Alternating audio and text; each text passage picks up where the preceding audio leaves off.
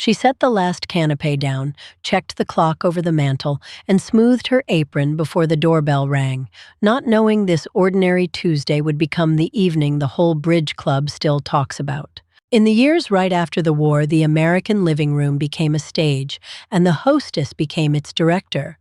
Suburbs like Levittown were pouring out nearly identical houses by the thousands, each one built around a living room and a dining alcove made for exactly this kind of evening.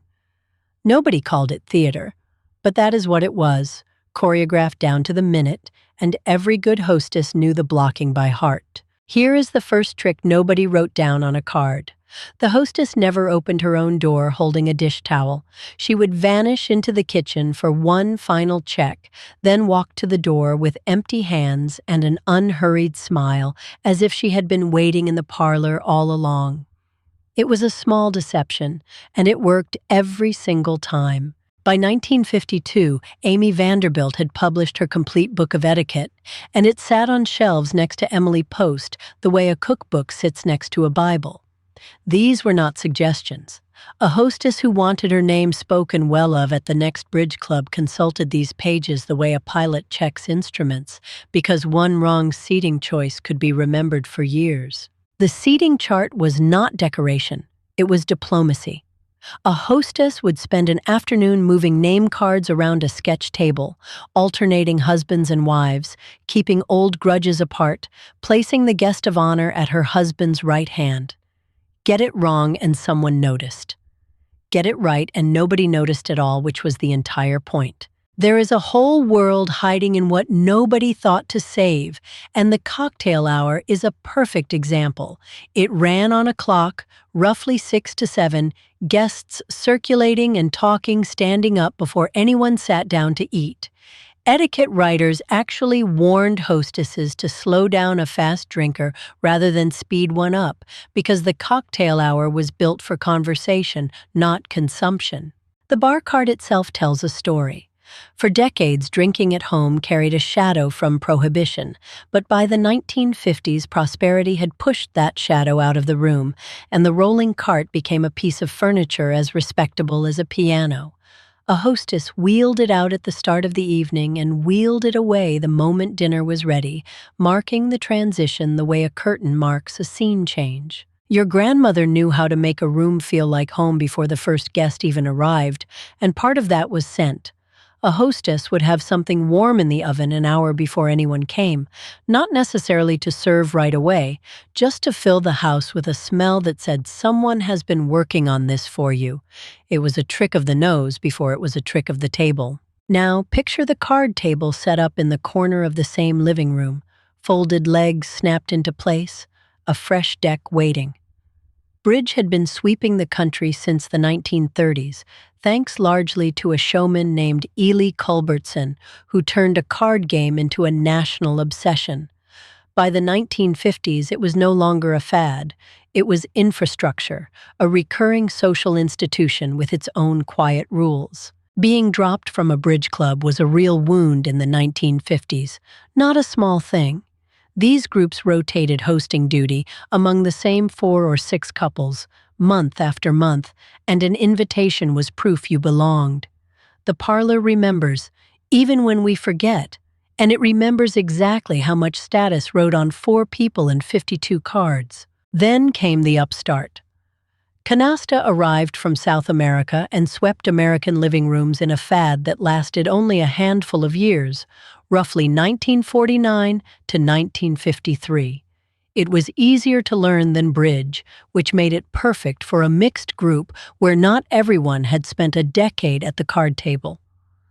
For a short, bright window, Canasta was the most talked about game in every women's magazine in the country. It disappeared from dinner parties, but it still works, this idea of picking the right game for the right crowd.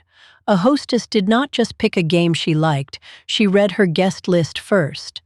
Serious players got bridge, a mixed, chattier group got canasta, new neighbors who barely knew each other got charades, because nothing breaks the ice like watching a grown man pretend to be a lighthouse. There was a second game hiding inside every card party, and it had nothing to do with the cards. It was the game of who spoke to whom, who was seated near whom, who got asked back next month. A hostess ran two events at once, the visible one on the table and the invisible one in the room, and she never let the guests see her managing the second. 1953 brought Scrabble roaring into American homes after a department store executive reportedly discovered it on vacation and stocked it that season. Suddenly, a wooden tile game invented by an out-of-work architect a decade earlier was the thing every hostess needed on her shelf. It gave quieter guests, the ones who dreaded bridge, a way to shine at something else entirely. Now step back into the kitchen, because the food on that table was never an accident. A cheese ball rolled in chopped walnuts and paprika, canapés cut into perfect little triangles, a molded gelatin salad standing at attention in the center of the table. None of it was thrown together.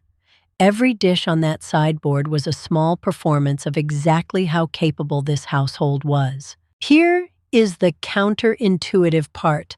That gelatin mold was not really about flavor at all. Home refrigerators reliable enough to set a firm mold had only become common in most American kitchens through the late 1940s and into the 1950s.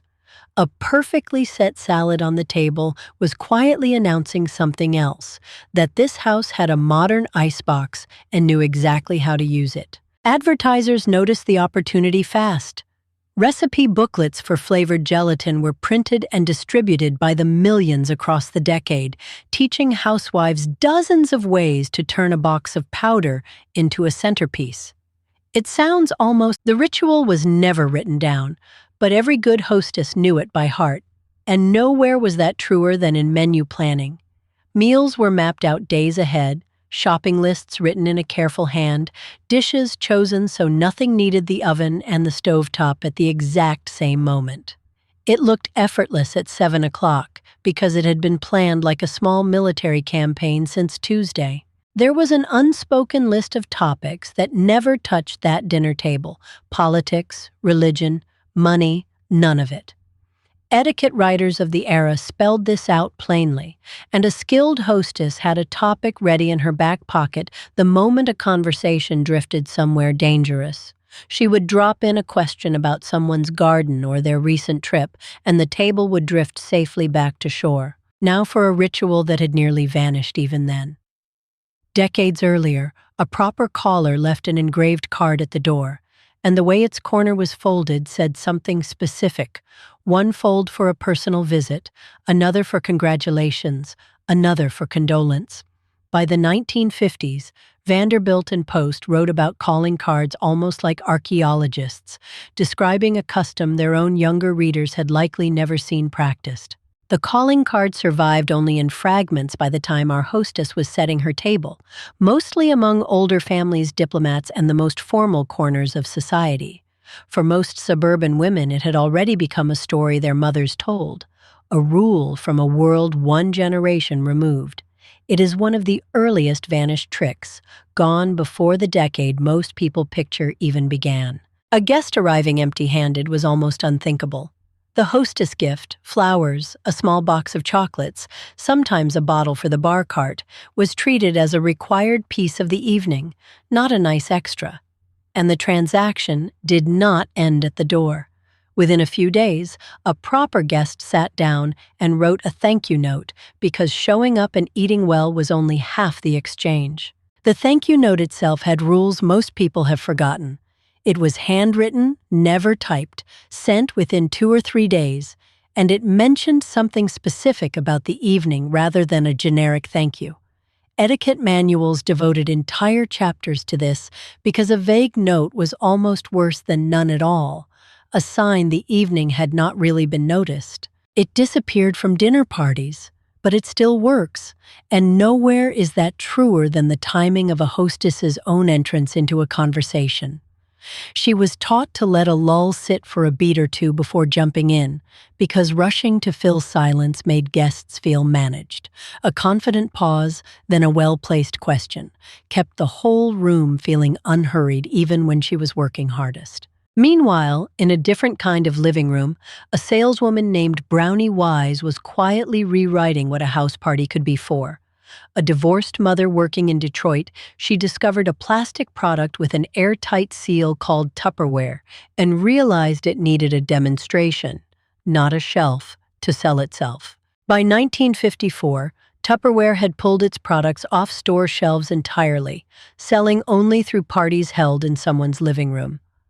Wise had figured out something the old etiquette manuals never had to consider, that if you got a guest's hands physically holding a product before you ever mentioned price, resistance simply melted away.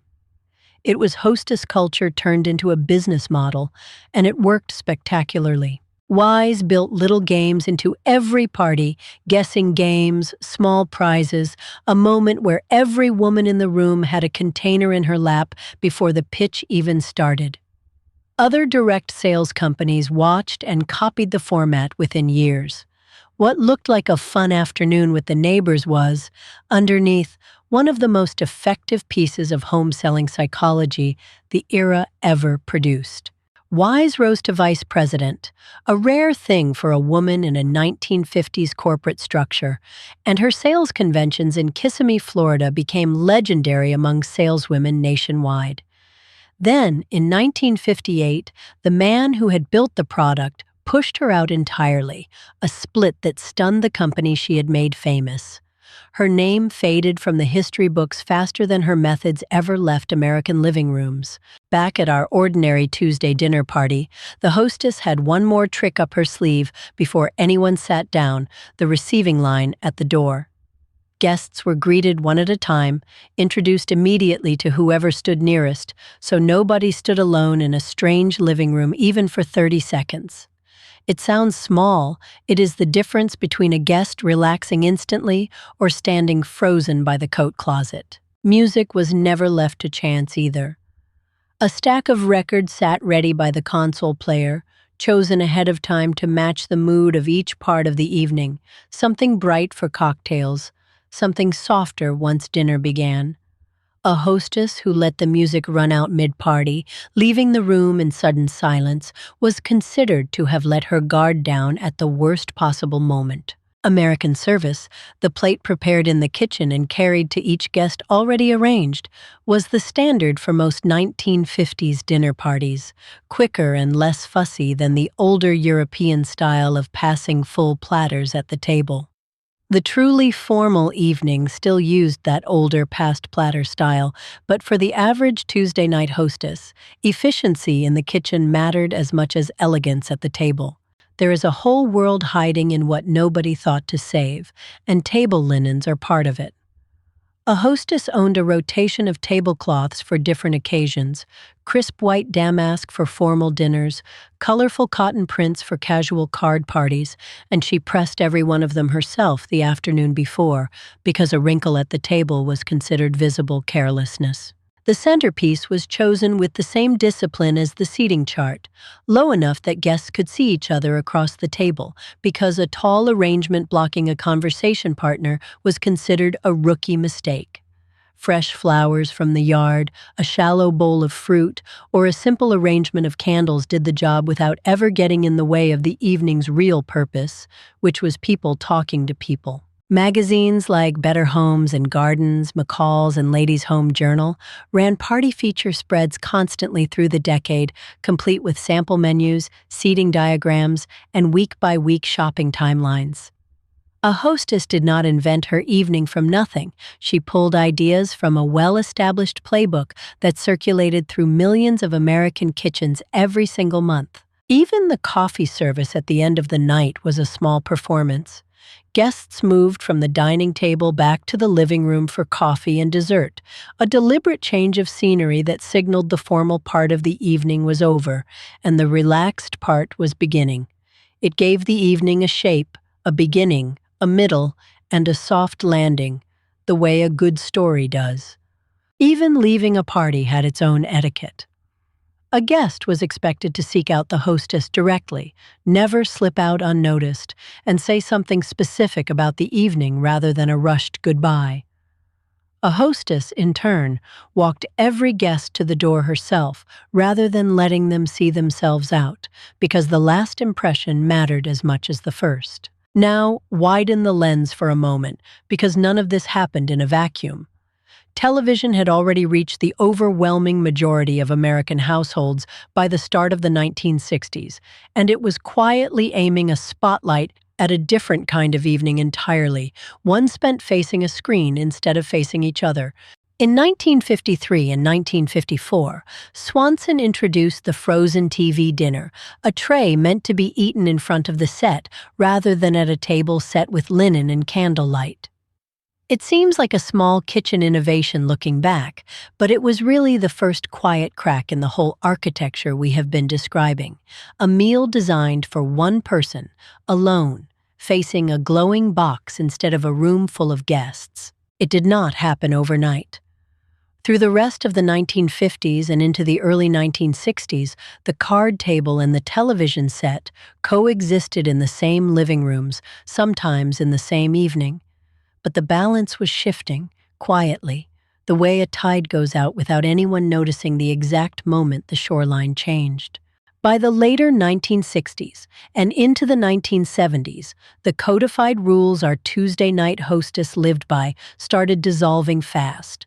Suburban sprawl scattered old bridge clubs across longer commutes. More women worked outside the home and had less time to press tablecloths and mold gelatin salads on a Wednesday afternoon. The formal dinner party did not vanish all at once, it simply stopped being the default. Let's pause on a misconception worth clearing up, because it matters for how we see these women. This was not effortless charm, and it was not empty ceremony either. Every ritual we have covered, the receiving line, the seating chart, the forbidden topics, the ironed tablecloth, was a skill practiced and passed down, the same way a modern professional might master a craft. Calling it old-fashioned misses how much genuine competence it required. It is also worth saying plainly that this was not some flawless golden age either. These same etiquette manuals policed women into rigid, narrow roles, and the choreography we admire today came with real constraints on who got to sit at the head of that table making the decisions in the first place. The parlor remembers both truths at once, the skill and the confinement, and a fair telling holds them together. Let's go back into that Tuesday evening one more time, because the small tricks are where the real texture lives. When a lull hit the card table, a good hostess had a story ready, something light about a neighbor's new car or a child's school play, never anything that could turn into an argument.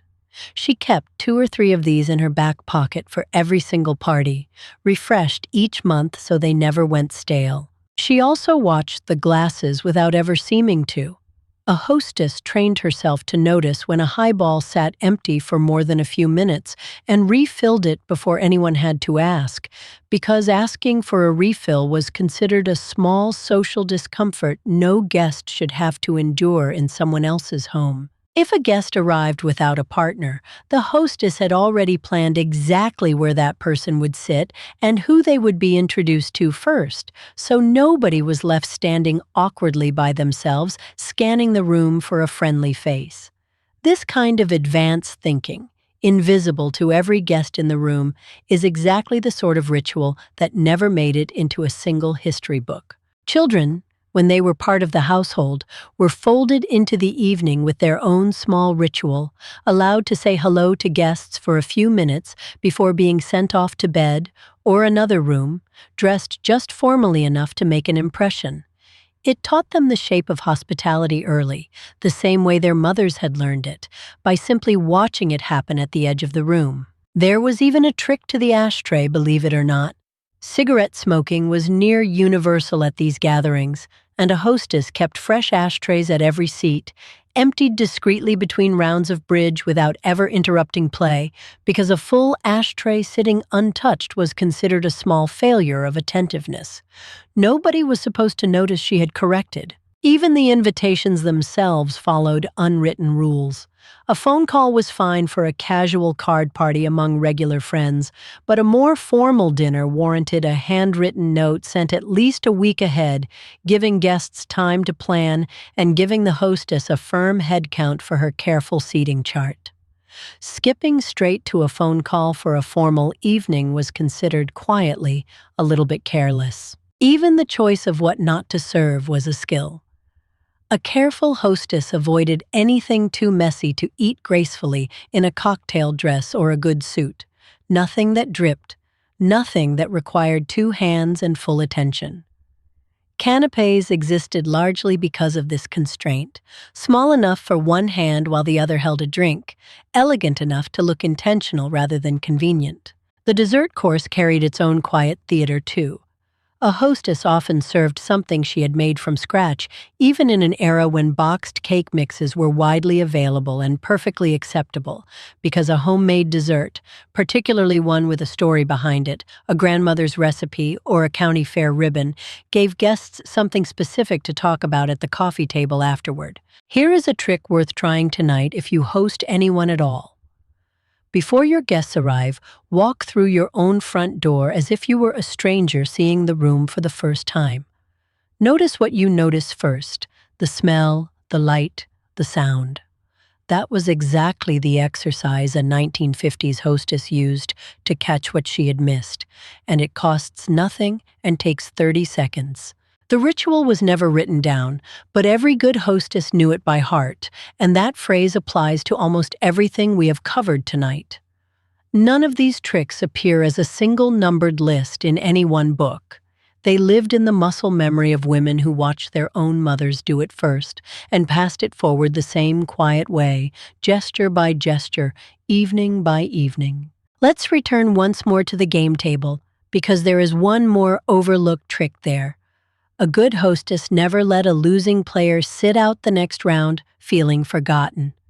She rotated partners deliberately, so no one spent an entire evening watching from the sidelines, and so the sting of a bad hand never followed anyone home. It was hospitality dressed up as strategy. A skilled hostess also read the room's energy and knew when to end the evening, not too early, not too late. Etiquette writers of the era actually advised hostesses to have a subtle closing gesture ready, turning on brighter lights, offering one last round of coffee, a signal guests understood without a word being said, so the party ended on its best note rather than fading awkwardly. Now think about what replaced all of this, because that is really the heart of tonight's story. A takeout container on a coffee table, a phone glowing in a dark room, no seating chart because there is no one else seated, no hostess gift because there is no host. It is not a moral failing, it is simply a different evening, and it is worth naming exactly what got traded away to get it. It disappeared from dinner parties, but it still works, and here is proof. Anyone who has ever felt instantly at ease walking into a well-run gathering, greeted immediately, seated thoughtfully, never left standing alone, has experienced a fragment of that old choreography without knowing its name. The tricks did not stop working. We simply stopped teaching them. Consider the receiving line again for a moment, because it is the easiest trick on this whole list to borrow. The very next time you host anyone, family included, meet them at the door with your hands empty and introduce them immediately to whoever else is in the room. It takes 10 seconds, and it is the single most reliable way to make a guest exhale. There is also something to be said for the Low Centerpiece Rule beyond flowers. It was really about a single principle, that nothing in the room should ever get between two people trying to see each other's faces. Modern hosting could stand to borrow that principle wholesale, phones face down, screens off, nothing competing with the actual person sitting across the table. Let's revisit the thank you note too, because this is a ritual worth resurrecting almost exactly as it was. A short handwritten line mentioning one specific detail from the evening lands differently than a text message ever will, then or now. It tells the host that the evening was actually noticed, not just attended, and that distinction mattered enormously to the women who built these rituals. It is worth remembering these women were not working from unlimited budgets either. Post-war households were often careful with money, and the elegance on display was frequently the product of ingenuity rather than expense.